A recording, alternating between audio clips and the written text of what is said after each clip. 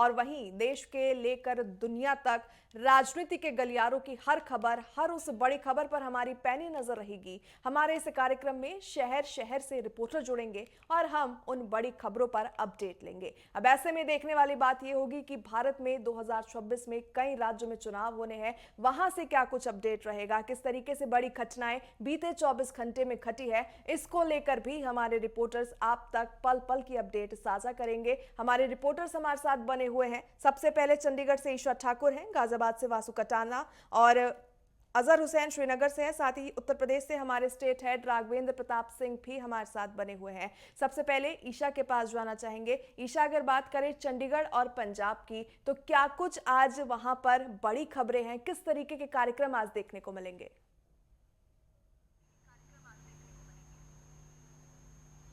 देखिए, चुनाव आयोग की तरफ से राज्यसभा चुनाव को लेकर अधिसूचना फिलहाल जारी की गई है और अलग अलग राज्यों में राज्यसभा की सीटें जिस तरीके से खाली हो रही है, उसमें हरियाणा की भी 2 सीटें खाली हो रही है, जिसमें किरण चौधरी और रामचंद्र जांगरा का नाम शामिल है। ये 2 सीटें हैं जिसमें अधिसूचना 26 फरवरी को यहाँ पर चुनाव आयोग की तरफ से जारी की जाएगी और नॉमिनेशन यहाँ पर फाइल किया जाएगा 5 मार्च को।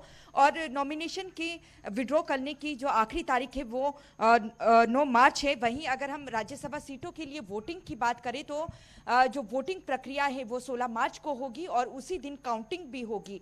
2 सीटें देखिए यहाँ पर खाली हो रही है राज्यसभा की। अगर हम दोनों तरफ की बात करें, विपक्ष और मौजूदा सत्ता पार्टी की, तो यहाँ पर एक सीट कांग्रेस के खाते में जानी तय है तो दूसरी तरफ भारतीय जनता पार्टी के खाते में जानी तय है। लेकिन यहाँ पर देखना यह है कि दोनों तरफ जो है आंकड़ा बराबरी का है, लेकिन क्या Bharatiya Janata party cross voting यहाँ पर करवा पाती है या नहीं, क्योंकि इससे पहले हमने देखा था जब राज्यसभा के लिए यहाँ पर चुनाव हुआ तो कार्तिकेय शर्मा ने निर्दलीय तौर पर यहाँ पर चुनाव लड़ा था। भारतीय जनता पार्टी ने उनका सपोर्ट किया था, लेकिन कांग्रेस ज्यादा वोट होने के बावजूद यहाँ पर हार गई थी और कार्तिकेय शर्मा यहाँ पर जीत गए थे। और ऐसे में अब ये देखना है जो 2 सीटें राज्यसभा की यहाँ पर खाली हो रही है, 16 मार्च को यहाँ पर वोटिंग होनी है, उसमें क्या रहता है। दूसरी तरफ हरियाणा का बजट सत्र देखिए 20 तारीख से शुरू होने जा रहा है, जो कि 18 मार्च तक चलेगा। 20 फरवरी से सुबह 11 बजे इसकी शुरुआत होगी और 2 मार्च को, क्योंकि वित्त मंत्रालय भी नायब सिंह सैनी जो कि हरियाणा के मुख्यमंत्री हैं उनके पास है, वो बजट पेश करेंगे और मुख्यमंत्री का ये कहना है कि सभी वर्गों को ध्यान में रखा जाएगा और सभी से राय मशवरा भी यहाँ पर किया जा रहा है, सुझाव लिए जा रहे हैं कि बजट किस तरीके का हो। लाजमी है कि जिस तरीके से हरियाणा के मुख्यमंत्री लगातार पंजाब का दौरा कर रहे हैं, हरियाणा में जो भी घोषणाएं पूरी की जा रही है उसका व्याख्या कहीं ना बख्यान वो पंजाब में करते हुए नजर आते हैं। तो ऐसे में माना जा रहा है कि पंजाब को मद्देनजर रखते हुए भी हरियाणा का यहाँ पर बजट तैयार किया गया है और कई जन लुभावनी घोषणाएं जो है इस बजट में भी हो सकती है ताकि उसका सीधा असर पड़ोसी राज्य पंजाब में पड़े। बात करें पंजाब में चुनाव जो है बजट वो होने वाले हैं, ऐसे में भाजपा की स्थिति अच्छी नहीं है पंजाब राज्य में अगर देखी जाए। लेकिन पिछले कुछ समय से अगर बात करें हम तो बीजेपी पूरी तरीके से बूथ लेवल से लेकर जिले लेवल तक जो है अपनी कोशिशें कर रही है कि किसी तरीके से पंजाब में वो अच्छा प्रदर्शन कर सके। जब बाढ़ पंजाब में देखने को मिली थी, प्रधानमंत्री का दौरा वहां पर हुआ था, तो उन्होंने खुद किसानों से बातचीत की थी, उनकी सारी बातों को जाना था, किस तरीके से वहां पर समस्याएं आई हैं। मतलब प्रधानमंत्री जो है वो 1 to 1 कनेक्ट करते पंजाबियों से नजर आए थे। ऐसे में क्या कुछ रोड मैप लेकर भाजपा चल रही है चुनाव को लेकर?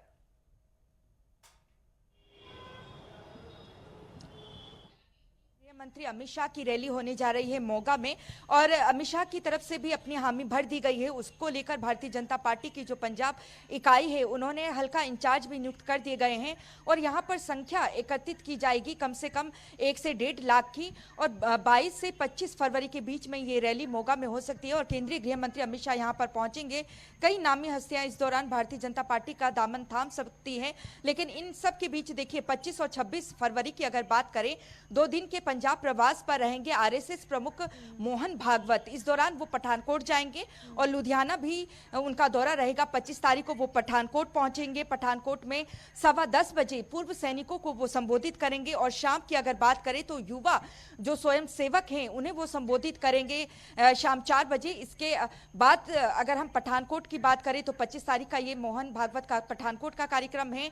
अगले दिन 26 फरवरी की बात करें तो लुधियाना पहुंचेंगे मोहन भागवत और यहाँ पर विभिन्न वर्गों को साधने की कोशिश उनकी तरफ से बिल्कुल की ईशा, जाएगी। कहीं ना कहीं और आरएसएस और बीजेपी पूरी तरीके से अब जमीनी स्तर पर काम करती नजर आ रही है, क्योंकि जिस तरीके से पंजाब में विधानसभा चुनाव निकट है, कहीं ना कहीं अब माहौल सेट होता नजर आ रहा है। बने रहिए आप हमारे साथ। अब उत्तर प्रदेश चलना चाहेंगे, जहां से स्टेट हेड हमारे राघवेंद्र प्रताप सिंह भी तमाम अपडेट्स के साथ हमारे साथ जुड़ चुके हैं। राघवेंद्र, उत्तर प्रदेश की बात करें, 2027 में चुनावी राज्य है उत्तर प्रदेश, किस तरीके से आज नए अपडेट्स है, किस तरीके की पॉलिटिकल एनालिसिस आज देखने को मिलेंगे, क्या कुछ आज कार्यक्रम निर्धारित है उत्तर प्रदेश में? बिल्कुल प्रगत, सबसे पहले तो हम ये बताना चाहेंगे कि उत्तर प्रदेश की राजधानी लखनऊ में आज गोरखपुर विश्वविद्यालय में संघ प्रमुख मोहन भागवत पहुंचे हुए थे, जहां पे यूजीसी का एक बहुत बड़ा असर देखने को मिला और गो बैक के नारे और मोहन भागवत के खिलाफ तमाम नारेबाजी लगाते हुए छात्र देखे गए। तमाम छात्रों को पुलिस ने गिरफ्तार किया है। अब देखना होगा कि गिरफ्तारी के बाद क्या निकलकर सामने आता है, लेकिन यूजीसी का जो नया नियम आया था उसको लेकर विश्वविद्यालयों में किस तरह का रोष व्याप्त है, इसकी झलक आज लखनऊ विश्वविद्यालय परिसर में उस समय देखने को मिली जब संघ प्रमुख मोहन भागवत विश्वविद्यालय कैंपस में पहुंचे हुए थे। आज शाम को निराला नगर सभागार में मोहन भागवत की मुलाकात मुख्यमंत्री योगी आदित्यनाथ से भी प्रस्तावित है। सीएम योगी आज मोहन भागवत से मुलाकात करेंगे। वहीं राजनीतिक गलियारे की बात कर लें तो चूंकि 2027 का विधानसभा का चुनाव होना है, सभी पार्टियां अभी से चुनावी तैयारियों में जुट गई हैं और सपा का एक बहुत बड़ा डेलीगेशन आज निर्वाचन आयोग से मिलने वाला है और एसआईआर की प्रक्रिया पे वो कुछ कागजात निर्वाचन आयोग को सौंपेंगे, ऐसी जानकारी मिल रही है। वहीं अगर कांग्रेस की बात कर लें तो आराधना मिश्रा मोना ने भी कल जिस तरह से कांग्रेसी कार्यकर्ताओं को रोका गया, बैरिकेटिंग करके रोक दिया गया विधानसभा पे, मनरेगा बचाओ अभियान के तरह जो प्रोटेस्ट था उसको पूरा नहीं होने दिया, इसको लेकर आराधना मिश्रा मोना ने सदन में भी ये मुद्दा उठाया था और आज मीडिया से रूबरू होते हुए भी कही कि ये तानाशाही वाली सरकार है और सरकार आवाज़ दबाना चाहती है, प्रोटेस्ट भी नहीं करने देना चाहती है। वहीं शिवपाल यादव सहित तमाम समाजवादी पार्टी के नेताओं की बात कर लें तो सरकार पे, बजट पे लगातार घेरने का प्रयास कर रहे हैं। वहीं सरकार की तरफ से बार बार कहा जा रहा है कि ये उत्तर प्रदेश के सर्वांगीण विकास के लिए, खुशहाली के लिए, बेहतरीन इंफ्रास्ट्रक्चर के लिए, बेहतरीन स्वास्थ्य सुविधाओं को बनाने के लिए, एक्सप्रेसवे सहित तमाम सड़कों का जाल बिछाने के लिए ये बजट उत्तर प्रदेश वासियों को समर्पित है। तो वहीं पुलिस प्रशासन की कार्रवाई पे भी विपक्ष लगातार सवाल उठा रहा है। अभी पूर्व मुख्यमंत्री और बसपा सुप्रीमो मायावती भी अपने प्रेस से ब्रीफिंग दे रही हैं। देखना होगा कि समाजवादी पार्टी को लेकर उनका क्या बयान आता है, क्योंकि कल की प्रेस कॉन्फ्रेंस में जिस तरह से अखिलेश यादव ने बसपा से गठबंधन के लिए हिंट जिस तरह से दे रहे थे और बार बार उनका प्रयास भी है कि किसी भी राजनीतिक दल से खास करके बहुजन समाज चुनाव होने हैं और जिस तरीके से सपा और बसपा के गठबंधन को लेकर अटकलें लग रही है, अब ऐसे में न सिर्फ उत्तर प्रदेश की नजरें इस गठबंधन के ऊपर टिकी हुई है बल्कि पूरे देश की निगाहें टिकी हुई है। क्या बसपा और सपा 2027 में बीजेपी को बैक थ्रू पर लाने के लिए हाथ मिलाएंगे? लेकिन अब अगर तीसरी पार्टी की हम बात कर लेते हैं कांग्रेस का जिस तरीके से प्रदर्शन रहा है पिछले कुछ चुनावी राज्यों में, बिहार का हम एग्जाम्पल ले ले, दिल्ली का एग्जाम्पल ले ले या राजस्थान का एग्जाम्पल ले ले, जिन जिन पार्टियों के स्थानीय पार्टियों के साथ में कांग्रेस का गठबंधन देखने को मिला, वहां पर उन स्थानीय पार्टियों का प्रदर्शन भी गिरता नजर आया है। ऐसे में कांग्रेस उत्तर प्रदेश में कमबैक करने के लिए क्या कुछ रणनीति बना रही है और दोनों सपा और बसपा के गठबंधन को लेकर क्या अटकलें जल्दी ही दूर हो सकती है?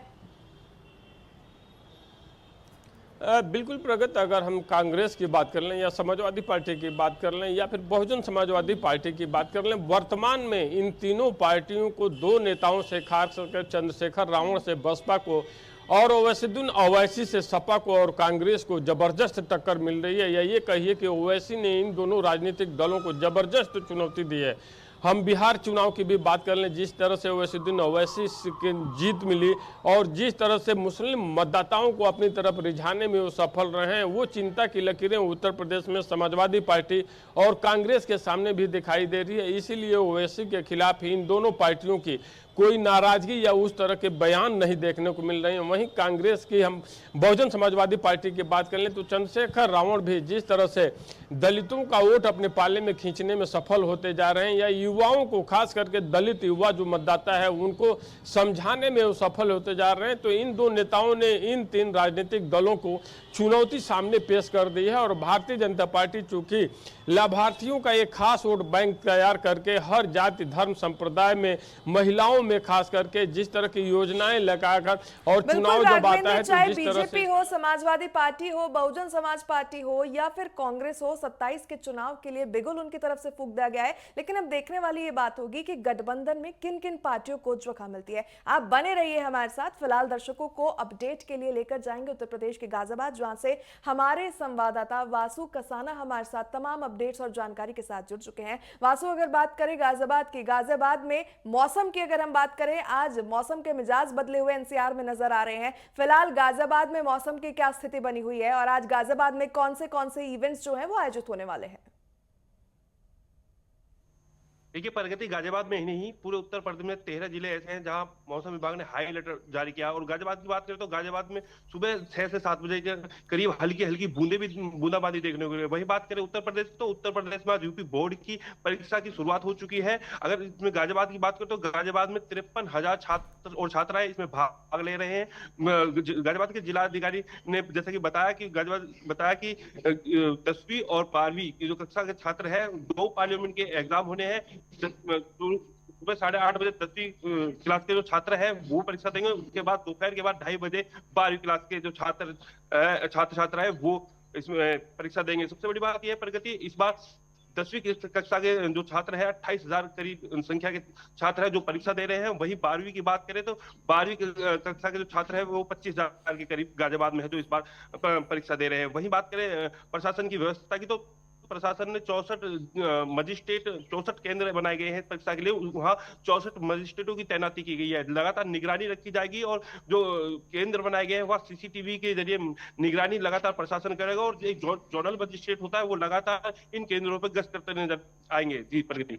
बिल्कुल, ऐसे में जिस तरीके से आपने बताया कि आज बच्चों के एग्जाम स्टार्ट हो गए हैं, प्रशासन की तरफ से जो है वो कई तरीके की तैयारियां भी पूरी हो चुकी है। लेकिन ऐसे में अगर ट्रैफिक की हम बात करें वासु, आज मौसम भी खराब है जिस तरीके से अभी हमने जिक्र किया, उसके बाद में बच्चों के एग्जामिनेशंस भी है, तो ट्रैफिक व्यवस्था किस तरीके से सुचारू देखने को मिलेगी? कहां पे क्या कोई ट्रैफिक डायवर्जन देखने को मिलेगा? क्योंकि कहीं पे छुटपुट बूंदाबांदी की भी खबर सामने आई है। ऐसे में बदलता मौसम, खराब मौसम और बच्चों के पेपर, कहीं ना कहीं ट्रैफिक व्यवस्था चरमराती नजर आएगी। तो उत्तर प्रदेश की ट्रैफिक पुलिस किस तरीके से टैकल करेगी?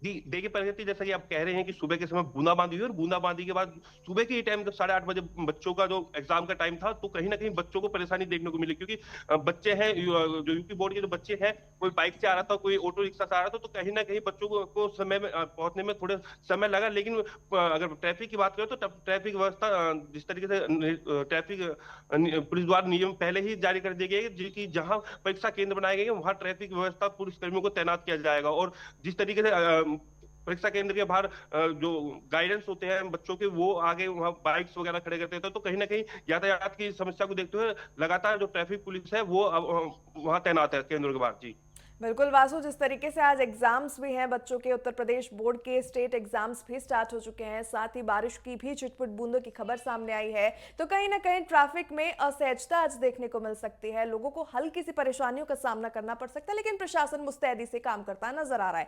फिलहाल आप बने रहिए हमारे साथ, वापस आपके पास लौटेंगे, श्रीनगर चलेंगे जहां से हमारे संवाददाता अजहर हुसैन तमाम अपडेट्स के साथ हमारे साथ बने हुए। अजहर, जम्मू कश्मीर की बात करें तो आज क्या क्या अपडेट है वहां से?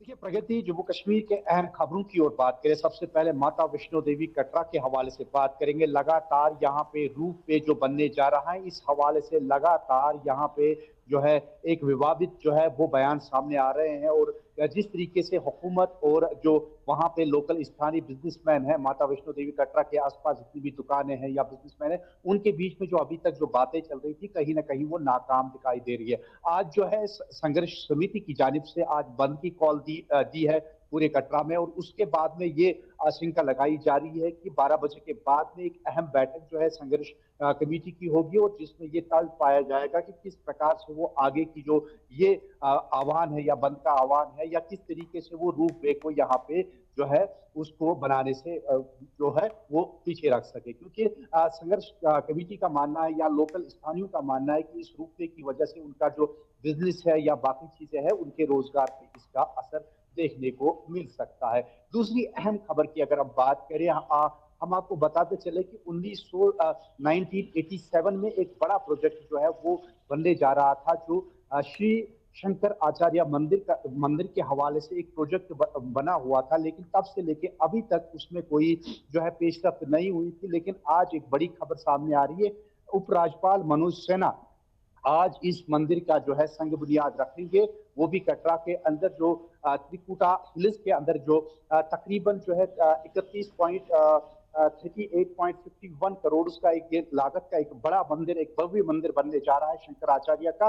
और इस पे तकरीबन 41 कनाल जो जमीन है उस पे ये सारा मंदिर बनेगा, जिसमें तकरीबन जो बताया जा रहा है 50 के करीब जो दुकानें हैं, और उसके साथ साथ जो श्रद्धालु वहां पे आएंगे उनके लिए यहाँ पे सहूलियतें या मीटिंग हॉल पूरी तरीके से आज इसका जो है एलजी मनोज सिन्हा के द्वारा जो है इसकी संग बुनियाद रखेंगे। कहीं ना कहीं जिस तरीके से मैंने पहले ही तज़किरा किया 1967 यानी 1987 में ये एक प्रोजेक्ट बना था, तब से लेके ये अभी तक जो है नहीं बनने जा रहा था। लेकिन 2025 के यानी 2026 के आने के साथ ही इस पे अभी काम शुरू होने जा रहा है। आज बाज़ाब्ता तौर पे इस पे संग बुनियाद रखेगी।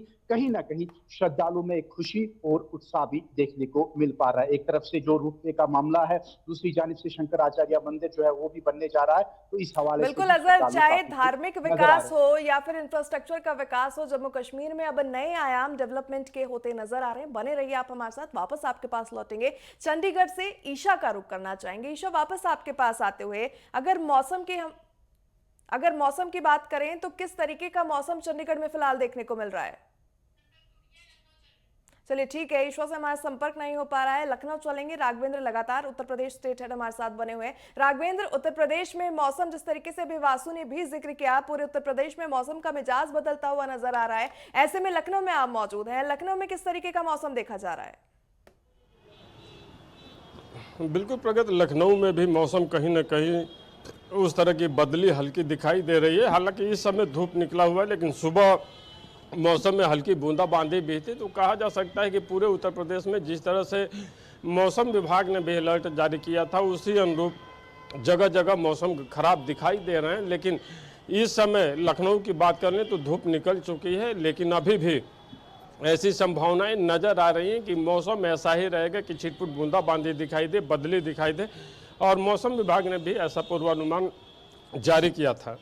जी प्रगत, बिल्कुल, कहीं ना कहीं मौसम जो है पूरे उत्तर भारत में करवट लेता नजर आ रहा है और आईएमडी की ओर से उसको लेकर अलर्ट भी जारी किया गया है। बने रहिए आप हमारे साथ। राघवेंद्र, वापस आपके पास लौटेंगे। एक बार फिर से श्रीनगर से अजहर का रुख करना चाहेंगे। अजहर, अगर बात करें जिस तरीके से पहलगाम में हमला हुआ था तो कई टूरिस्ट डेस्टिनेशंस को सिक्योरिटी पर्पसेस के कारण बंद कर दिया गया था, लेकिन अगर कल की बात करें तो कल जम्मू कश्मीर वासियों के लिए बड़ा दिन था। जो टूरिस्ट जम्मू कश्मीर घूमना चाहते हैं उनके लिए बड़ा दिन था। एलजी की तरफ से, मनोज सिन्हा की तरफ से जो बंद कर दिए गए टूरिस्ट स्पॉट थे सिक्योरिटी पर्पसेस के चलते, उन्हें कल वापस से खोल दिया गया है। किस तरीके की जानकारियां?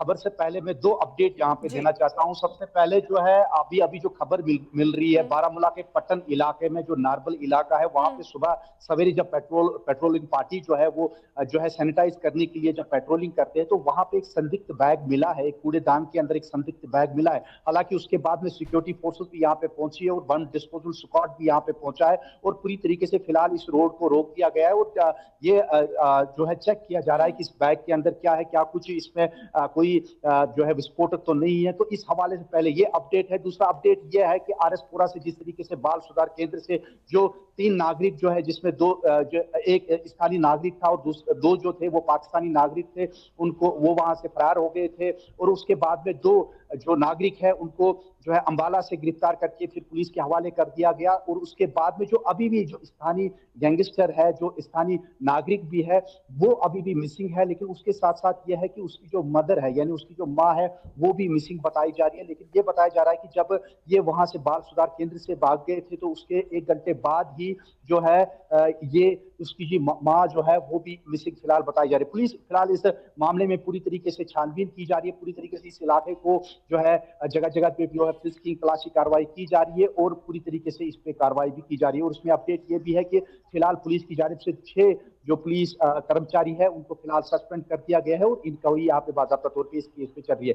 जहां तक प्रगति, आपने सवाल किया कि एलजी मनोज सिन्हा के द्वारा जिस तरीके से उन्होंने कहा था कि पहलगाम अटैक के बाद में, हालांकि पूरी तरीके से सारे डेस्टिनेशन जो है, टूरिस्ट डेस्टिनेशन जो थे वो बंद थे, लेकिन उसके बाद में जो है फेज वाइज जो है इनको खोला गया। पहले पहलगाम का जो आडू वैली था या चंदनवारी वैली था, इनको फेज वाइज जरिए से खोल दिया गया। और कल जब मनोज सिन्हा के द्वारा एक बड़ा बयान सामने आया जिसमें तकरीबन 14 के करीब जो टूरिस्ट डेस्टिनेशन थे उनको खोल लिया गया। हालांकि टूरिस्ट डेस्टिनेशन पे अभी जो है टूरिस्ट जो है बिल्कुल खचाखच भरे हुए हैं और कहीं ना कहीं जो टूरिस्ट है वो भी वहां पे पहुंचे। और इसके बाद में जो स्थानीय लोग जो है वो भी काफी खुश नजर आ रहे हैं और उन्होंने भी एलजी मनोज सिन्हा का जो है यहाँ पे आभार प्रकट किया है, क्योंकि उनका मानना है कि इस जो है इस पर्यटक स्थलों पे अगर रौनकी होगी तो उनका रोजगार भी यहाँ पे चल सकेगा। लेकिन आज की डेट में देखेंगे कि इस बयान के बाद में पूरी तरीके से जम्मू कश्मीर में या जम्मू के कुछ एक क्षेत्र है जो जहाँ पे ये टूरिस्ट डेस्टिनेशन है या घाटी में जितने भी टूरिस्ट डेस्टिनेशन है उनको खोल लिया गया और इसको लेके भी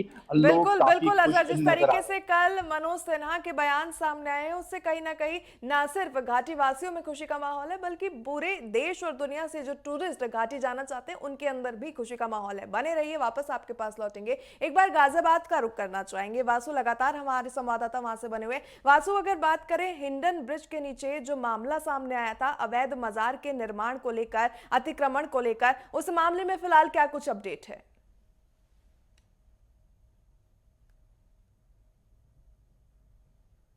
सुना होगा कि जुर्म करने वाले से बड़ा गुनहगार जुर्म करवाने वाला होता है, तो कुछ ऐसा ही नजारा गाजियाबाद के हिंडन पे बनी मजार में देखने को मिला है। क्योंकि जिस वक्त वो मजार बन रही थी तो नगर निगम या प्रशासन चुप बैठा हुआ था और अब वो मजार एक बड़ा विवाद बन गई है। हिंदू रक्षा दल के जो कार्यकर्ता कल वहां पहुंचे थे, सीधी तस्वीरें हमने अपने चैनल पे भी दिखाई थी मौके की। लेकिन अब बड़ा सवाल नगर निगम और प्रशासन पे बनता है, क्योंकि जिस तरीके से हिंडन नदी के किनारे वो मजार बनी हुई है और फ्लाईओवर के नीचे बनी हुई है। हालांकि स्थानीय लोगों का कहना है कि 50 साल से भी अधिक साल से वो बनी हुई है। लेकिन जिस वक्त पुल का जो कार्य किया गया था, पुल का चौड़ीकरण किया गया था, लेकिन उस वक्त प्रशासन अगर उसे समय रहते वहां से हटवा देता तो आज मामला इतना तूल नहीं पकड़ता। और जो हिंदू रक्षा दल लगातार कह रहा है कि अगर ये मजार नहीं हटती है यहाँ आंदोलन होगा और गाजियाबाद में बड़े स्तर पे इसका आंदोलन होगा। क्योंकि कहीं ना कहीं जिस तरीके से सिंचाई विभाग की जमीन पर वो मजार बनी हुई है तो बड़ी लापरवाही है, क्योंकि इस तरीके की मजारें एक नहीं हजारों आपको गाजियाबाद में देखने को मिलेगी। अगर बात करें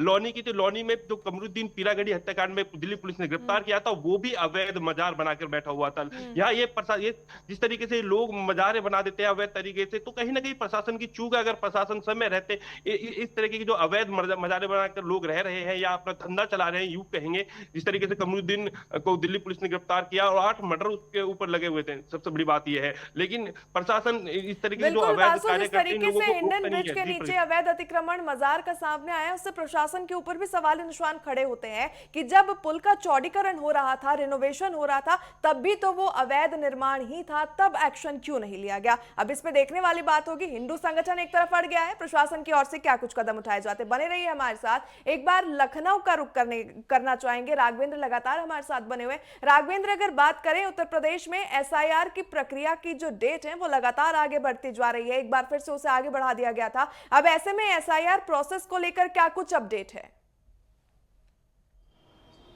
बिल्कुल, एसआईआर की अपनी प्रक्रिया चल रही है और आज सपा का प्रतिनिधिमंडल भी मिलने वाला है। और चीफ निर्वाचन आयोग जो मुख्य निर्वाचन अधिकारी हैं नवदीप रिनुआ, उन्होंने कल भी अपना बताया था कि 1.5 लाख से ऊपर जो फॉर्म 7 है वो भी भर दिए गए हैं। तो कहा जा सकता है कि निर्वाचन आयोग अपनी तरफ से, हालांकि जिस तरह के संकेत शुरू में ही निर्वाचन आयोग से मिले थे कि समय बढ़ाना पड़ेगा, उसी अंतराल में समय बढ़ाए गए। चूँकि उत्तर प्रदेश देश का सबसे बड़ा राज्य है, यहाँ 23 करोड़ की आबादी है और करोड़ों की संख्या में जब मतदाता हैं जो विभिन्न राज्यों में हैं उनका डिटेल लेना, भरना, एसआईआर की प्रक्रिया को फुलफिल करना, समय लगना लाजमी था। निर्वाचन आयोग ने जब समय सीमा तय की थी उसी समय सवाल उठा था कि इतने कम समय में कैसे ये प्रक्रिया पूरी हो सकती है। और 3-4 बीएलओ भी जिस तरह से समय के अभाव के कारण आत्महत्या करने को मजबूर हुए, उसको भी उत्तर प्रदेश ने देखा। अब निर्वाचन आयोग की प्रक्रियाएं लगभग पूरी हो चुकी हैं। कुछ दिन में जब फाइनल वोटर लिस्ट जारी होगी उसके बाद से देखना होगा कि जो मुख्य विपक्षी पार्टियां हैं उनका क्या आरोप लगता है, क्योंकि लगातार समाजवादी पार्टी खास करके उत्तर प्रदेश में ये आरोप लगाते हुए देख रहे हैं कि पीडीए के जो मतदाता हैं उनका मतदाता सूची से नाम हटाया जा रहा है। 12:30 बजे सपा प्रतिनिधिमंडल भी नवदीप रेणुवा जो मुख्य निर्वाचन अधिकारी हैं उनसे मुलाकात करेंगे। उसके बाद देखना होगा कि जो बिल्कुल राघवेंद्र, जिस तरीके से एसआईआर का मुद्दा पूरे देश में गर्माता नजर आ रहा है, अब उसमें देखने वाली बात ये होगी उत्तर प्रदेश में एसआईआर की प्रोसेस आगे किस तरीके से आगे बढ़ती है।